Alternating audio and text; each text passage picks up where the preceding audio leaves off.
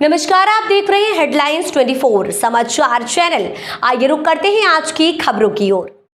Signature 99 colony को दिया तोड़ने का नोटिस, निवासियों में बना भय का वातावरण।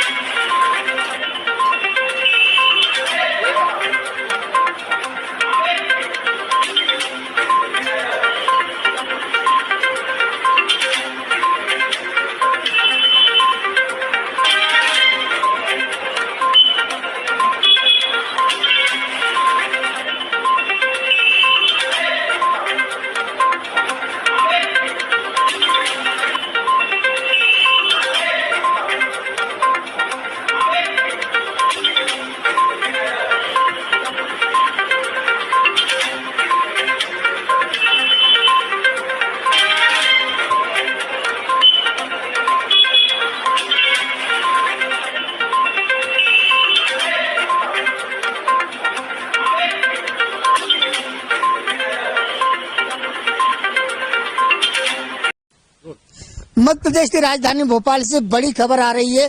जिस प्रकार नगर निगम अधिकारियों ने आम जनता को परेशान करने का जिम्मा ले रखा है, आखिर उसके लिए जिम्मेदार कौन होगा। ग्रीन सिटी नाम पे जो कॉलोनी बनाई गई थी, अब उन्हें वैध कॉलोनी को अवैध करने का जो शासन ने बीड़ा उठाया है, उससे साफ जाहिर होता है कि आम जनता कहीं न कहीं परेशान सी नजर आ रही है। जब कॉलोनी बनी थी तो वही अधिकारियों ने उस कॉलोनी को बनाने की परमिशन दी थी, लेकिन कुछ ही दिन बाद उस कॉलोनी को अवैध घोषित करके उसे तोड़ने के आदेश दे दिए। प्रशासन का परमिशन देने से पहले इस प्रकार की जानकारी उपलब्ध नहीं कराता, क्या बिना जानकारी दिए परमिशन दे देता है। और जब परमिशन दे दी गई है तो इतने महंगे जो मकान बने हुए हैं, उनकी जो लागत लगी हुई है, उसको तोड़ने के बाद में उस लागत का जिम्मेदार कौन होगा। हम बात करेंगे सिग्नेचर 99 कॉलोनी में, जिसे तोड़ने के आदेश दे दिए है। यहाँ पे 114 परिवार निवास कर रहे हैं। वो सभी परिवार संकट के साये में और दहशत में जी रहे हैं कि कुछ ही दिन बाद हमारी कॉलोनी टूट जाएगी। और जिन लोगों ने लोन ले रखा है, वो लोन की किस्त किस प्रकार वहन करेंगे और वो जाएंगे कहाँ, बेघर हो जाएंगे। क्या भारतीय जनता पार्टी इसी विश्वास के साथ में इस जनता ने उन्हें वोट दिया था और सत्ता में फुल बहुमत से उन्हें भेजा था। हम बात करेंगे यहाँ अध्यक्ष जी से। राजेश अवस्थी। क्या पूरा मामला है? पूरा मामला ये है कि हमारी सोसाइटी जो बनी है वो पूरे परमिशंस के साथ में बनी है, उसके पूरे कागजात हैं हमारे पास, और हम लोगों ने वो पूरे कागजात देख करके ही ये मकान खरीदे थे। और आज ये स्थिति है कि हमारे 114 फ्लैट जो वैलिड हैं, उसमें से करीब 72-80 फ्लैट के आसपास जो है वो अवैध करार कर दिए गए हैं नगर निगम के द्वारा। वही नगर निगम ने हम लोगों को परमिशन दी थी, उसी ने अभी तोड़ने का आदेश दिया है। हम लोग अभी इस समय इसी संकट से गुजर रहे हैं। ज्ञापन दिया आपने? अभी ज्ञापन हम लोग सबको दे रहे हैं, नगर निगम कमिश्नर, कलेक्टर और मंत्रीगण इत्यादि को। क्या लगता है कहीं साजिश की बू आ रही? साजिश की बू तो लग रही है, क्योंकि नदी अचानक इतने अंदर कैसे आ गई, ऐसी खिसका दी गई है जो अचानक जो है वो कुछ साजिश का मामला लग रहा है। सर, क्या जब मकान लिया था आपने, ये मकान लोन से लिया हो?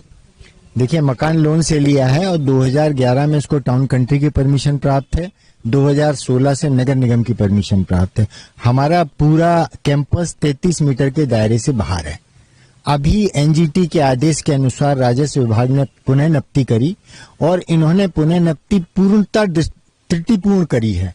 मतलब इतनी गलती करी है, एक तो आके हम लोगों किसी को बताया नहीं, चुपचाप आके नाप गए, जबकि कायदे में जब कोई पंचनामा, कोई चिन्हांकन किया जाता है तो दोनों पक्ष के का पंचनामा बनाया जाता, साइन कराया जाता। उन्होंने नहीं किया, वो रिपोर्ट बना के और उस रिपोर्ट के हिसाब से उन्होंने नदी को ही हमारे परिसर में ला दिया, जो कि 33 मीटर दूर थी। उसकी जगह उल्टा अंदर नापते हुए, यानी हमारे 5 ब्लॉक बाहर थे, 5 ब्लॉक की जगह उन्होंने क्या किया कि केवल 1 ब्लॉक छोड़ते हुए 4 ब्लॉक को पूरा अंदर कर दिया है, जिसके कारण नगर निगम ने हमें नोटिस दे दिया है। और इसके कारण हम लोगों में चिंता व्याप्त है, भय व्याप्त है कि हम लोग कहाँ जाएंगे। ये एक बड़ी भारी समस्या है। जो आपने पूछा षड्यंत्र, तो हाँ, षड्यंत्र की बू 100% आती है, क्योंकि इतने साल से नदी 33 मीटर पीछे बह रही थी और आज अचानक 80 मीटर आगे का हमारे अंदर बहने लगी। ये किसके बेस? और चुपचाप रेवेन्यू विभाग भी चुपचाप आके इसका चिन्हांकन करके गया है। तो षड्यंत्र तो है, इसकी उच्च स्तरीय जांच होनी चाहिए। इसमें हम सब परेशान हैं। इसमें हमारे यहाँ बहुत से वृद्ध लोग पेंशनधारी हैं। इसमें कहीं उनको कोई ऐसी अनहोनी ना हो जाए उनके साथ, ऐसी आशंका से भी इनकार नहीं किया जा सकता है। शासन को इस बारे में भी सोचना पड़ेगा। भारतीय जनता पार्टी बड़ी संवेदनशील सरकार है, फुल बहुमत से आपने सबने हमने जिताया है, कैसी दिन के लिए जिताया? सर, भारतीय जनता पार्टी पे हमें पूर्ण आस्था, पूर्ण विश्वास है। हमें पूरी उम्मीद है कि हमारे सीएम हमारा साथ देंगे, हमारी इस समस्या से निजात दिलाएंगे। कुछ अधिकारियों की मिलीभगत या किसी के षड्यंत्र को उजागर करेंगे, हम लोगों को न्याय दिलाएंगे। हमको पूरी आस्था विश्वास है भारतीय जनता पार्टी पर। हमारे साथ कुछ महिलाएं भी हैं, उनसे भी बात करेंगे। दीदी, अचानक के फैसला आया तो कैसा लग रहा है? हमें बहुत खराब लग रहा है। लोगों की यहाँ तबीयत खराब हो गई। हमने पूरा रिटायरमेंट का पैसा इसके अंदर लगा दिया, लोन लेके भी लगाया कि हमारे बाद हमारे बच्चे आराम से रह सके यहाँ पर, लेकिन इन्होंने तो पूरा का पूरा ये कर दिया, सारा सत्यानाश कर दिया यहाँ पे। और नेता हमारे टैक्स के पैसों से अपने शीश महल खड़े कर रहे हैं। हमारा एक फ्लैट है वो नहीं रहने दे रहे हैं, हमें उससे ही बेघर कर रहे हैं। अचानक ये नोटिस दे दिया, ये तो हमारे साथ सरासर नाइंसाफी है। सरकार से न्याय चाहेंगे। क्या लगता है आपको इस पर की जो घटना हुई है, अचानक नोटिस दिया है, कैसे देखते? इसमें हम सबको प्रताड़ित किया जा रहा है। हम लोग जब कोविड के बाद हम लोगों को घर में रहना चाहिए, हम छोटे छोटे बच्चों के साथ परेशान हो रहे हैं, रोड पर आ रहे हैं, अपने काम को छोड़ रहे हैं, क्योंकि हमने पूरे जीवन की पूंजी लगा के तो ये घर खरीदे हुए हैं। और उसके बाद में आप लीगल सारे हमने डॉक्यूमेंट्स को चेक करके ये घर खरीदे। उसके बाद आफ्टर कोविड फिजिकली और मेंटली वैसे ही सब डाउन है। आप हमको बुजुर्गों के साथ, छोटे बच्चों के साथ आप देखिए सड़कों पर उतरने पर मजबूर कर रहे हैं। और किसके लिए? जैसे राम जी को अपनी ही जमीन पे आने में इतने साल लग गए, वैसे ही हमको अपने घर को बचाने के लिए इतने साल लग रहे हैं, जिसपे कोई औचित्य नहीं है आपके पास कि हमारे घर अनलीगल है। किस चीज के लिए? आज अचानक चुनाव के बाद आपको नदी का ध्यान आ गया, चुनाव के पहले नदी का ध्यान नहीं आया। फिर भी हमको बीजेपी पर बहुत विश्वास है, हमारे सीएम पे विश्वास है कि शायद हमको न्याय मिलेगा। इसी उम्मीद के साथ हम लोग ये सब करते हुए खड़े हैं। हमारे बुजुर्गों की, कुछ लोगों की तबीयत बहुत ज्यादा खराब हो गई जो यहाँ पे आ नहीं पाए हैं। तो हमारे साथ सिग्नेचर 99 के निवासी जनप्रतिनिधि खड़े हुए थे। उन्होंने विश्वास जताया भारतीय जनता पार्टी पर कि हमारे साथ न्याय होगा और दोषी अधिकारियों पर कार्रवाई अवश्य होगी। जिस प्रकार 22 जनवरी को प्रभु श्री राम जी अपने घर में निवास कर रहे हैं, वही भोपाल में उल्टा नजारा देखने को मिल रहा है। जो मकान में रह रहे हैं उन्हें बाहर निकाला जा रहा है। भारतीय जनता पार्टी बड़ी संवेदनशील सरकार है और यहाँ के मुख्यमंत्री भी बहुत मध्यम वर्ग गरीब परिवार से बन के आए। आप देखना ये कि जो जिम्मेदार अधिकारियों जिस प्रकार ये कार्रवाई की, मकान बनने से पहले जो परमिशन दी, क्या वो परमिशन रिश्वत लेके दी गई थी या किसी बिल्डर के दबाव में या किसी नेता दबाव में परमिशन दी थी? जब परमिशन आपने दी है तो वो जीएनटी दायरे में कैसी अब आ रही 10 साल के बाद? देश के मुख्यमंत्री श्री डॉक्टर मोहन यादव जी ने अपनी कार्यशैली का परिचय दिया। जिस प्रकार शाजापुर कलेक्टर को तत्काल अपशब्द कहने पर हटा दिया गया है, वैसे ही सिग्नेचर कॉलोनी वासी भी चाहते हैं कि तत्काल एक्शन ले और दोषी अधिकारियों पर कार्रवाई करे और हमें न्याय दिलाए। वास्तव में मोहन यादव की जो छवि है वो जनता में भगवान श्री राम प्रभु जैसी है और जिस प्रकार उनकी आस्था और विश्वास है कि जनता में, तो ऐसा लग रहा है कि मोहन यादव जी पूरे मामले में संज्ञान लेंगे और 99 सिग्नेचर कॉलोनी को इंसाफ दिलाएंगे। और खरे है, मैं इस परिसर का रहवासी हूँ। दुख की बात यह है कि आकस्मिक रूप से बिना किसी सूचना की इन्होंने नफ्ती कर ली और नफ्ती भी पूर्णतः त्रुटिपूर्ण करी है। एक नैसर्गिक सिद्धांत है कि नियम आदमियों के लिए बनते हैं, मनुष्य के लिए बनते हैं, मनुष्य नियमों के लिए नहीं बनता है।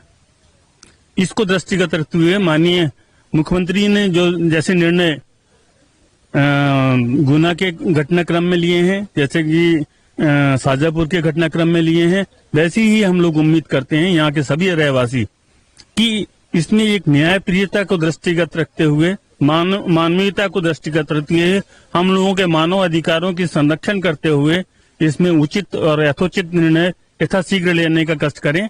ताकि इसमें, क्योंकि हमें समय सीमा केवल 7 दिन की दी गई है कि 7 दिन में आप अपने आवास तोड़ लें या हटा लें, और ये संभव नहीं है कि 7 दिन में ये चीज कर पाए। इसमें इसलिए मेरे विनम्र निवेदन है कि इसमें जो संबंधित अधिकारी, विशेष करके जिला दंडाधिकारी और नगर निगम आयुक्त की विशेष पहल की आवश्यकता है। धन्यवाद। यदि हमारा ये इंक्रोचमेंट है और एनजीटी के हिसाब से नदी के दायरे में आ रहा है, तो फिर नगर निगम हम लोग से हर साल टैक्स क्यों ले रहा है? यदि वो टैक्स ले रहा है तो हमारे हिसाब से तो हमारा ये इंक्रोचमेंट नहीं है, और हमारा जो घर बने हुए हैं वो एकदम सही बने हुए हैं। राकेश कुमार श्रीवास्तव। राजेश अवस्थी, सिग्नेचर 99 का मैं अध्यक्ष हूँ। अवस्थी जी, अभी एक आदेश आया आपके पास, नोटिस आया है कि कॉलोनी अवैध है, उसको तोड़ा जाए। देखिए, मेरा कहना तो ये है कि हम लोगों ने सभी कागज देखे हैं। नगर निगम ने परमिशन दी है, टाउन एंड कंट्री प्लानिंग ने परमिशन दी है, और सभी अधिकारियों को जो भी पेपर होते हैं वो हमारे बिल्डर ने हम लोगों को प्रोवाइड कराए हैं। हमने लोगों ने बैंक से लोन लिया है। बैंक भी लोन तभी देती है जब सब पेपर उचित होते हैं, और हम लोग भी चूंकि पढ़े लिखे हैं तो हम लोग भी समझते हैं कि हाँ, जब सभी जो वैधानिक कार्यवाहियां हैं सही होती हैं तभी आदमी मकान खरीदता है, कोई भी ऐसे नहीं लेता है।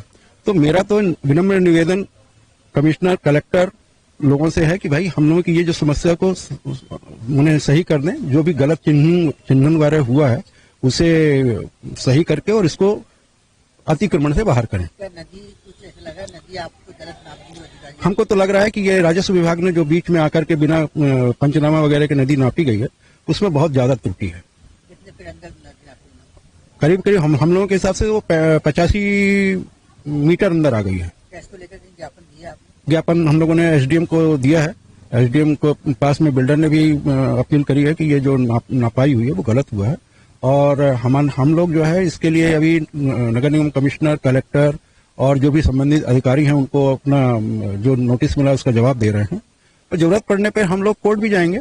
इसमें बिल्डर भी गया हुआ है कोर्ट में, उसने भी अपना स्टे मांगा है कि जो हमारा जो प्रोजेक्ट है वो सही है, सभी पेपर हैं उसके पास, वो भी सपोर्ट कर रहे हैं हमको, पेपर वो भी प्रोवाइड करा रहे हैं, ऐसा नहीं है।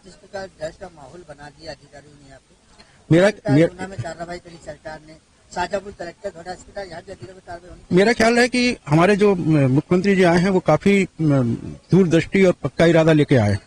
यहाँ पर यदि सही में प्रशासन सही हो जाए तो कोई समस्या ही नहीं है। तो मेरा तो उनसे विनम्र निवेदन है कि वो दोषी अधिकारियों को सख्त से कार्रवाई करें, और हम लोगों को ये जो चिंता भय हम लोग रह रहे हैं यहाँ पे वो उससे मुक्ति दिलाएं।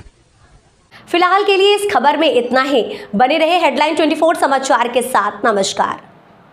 ऐसी खबरों में बने रहने के लिए हमारे चैनल को लाइक, सब्सक्राइब जरूर कीजिए।